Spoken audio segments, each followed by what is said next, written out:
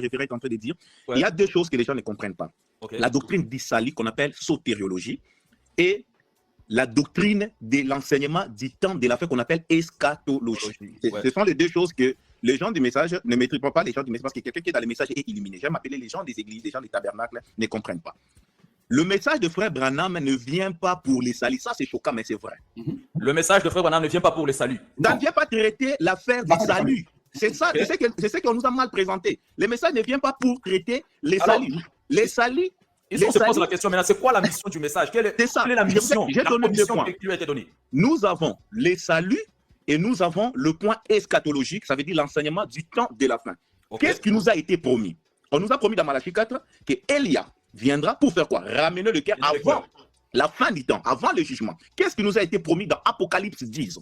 Apocalypse 10 nous promet qu'à la voix du septième ange, quand il révélera les mystères, les choses cachées au fil du temps. Et c'est ce qui donne à l'épouse la foi dans l'enlèvement. Tu vois un peu? La foi de l'enlèvement, ce n'est pas pour venir vous donner les saluts, mais c'est pour vous donner la capacité d'atteindre une autre dimension au sauvé. Et Frère Branham n'est pas le messager des païens.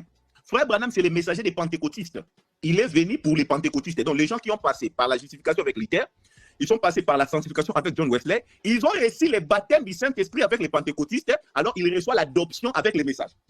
Ok. Tu comprends maintenant? Donc, Ouais. on reçoit déjà les Saint-Esprit. Le message, ce n'est pas le baptême du Saint-Esprit. Il a trouvé le baptême du Saint-Esprit. Il a trouvé les salis. Les salis, c'est en Jésus-Christ. Jésus-Christ a dit, c'est lui qui croit au Fils a reçu la vie éternelle. Donc, les salis, c'est en Jésus quand on reçoit Christ. On est sauvé, on est né de nouveau, on reçoit le baptême du Saint-Esprit. Et les messages viennent maintenant nous révéler les choses cachées et nous donner la position, une position en Christ. Nous sommes déjà sauvés, mais nous recevons une position de l'épouse. Donc, ce n'est pas le message qui nous sauve. Le fait de recevoir le message de l'heure ne te sauve pas. Non, les saluts, la doctrine du salut, Frère Branham, on lui pose la question. Les doctrines du salut, on ne peut pas dire que. Bon, si on dit que le message sauve, quel message? Il est venu ou il n'est pas venu?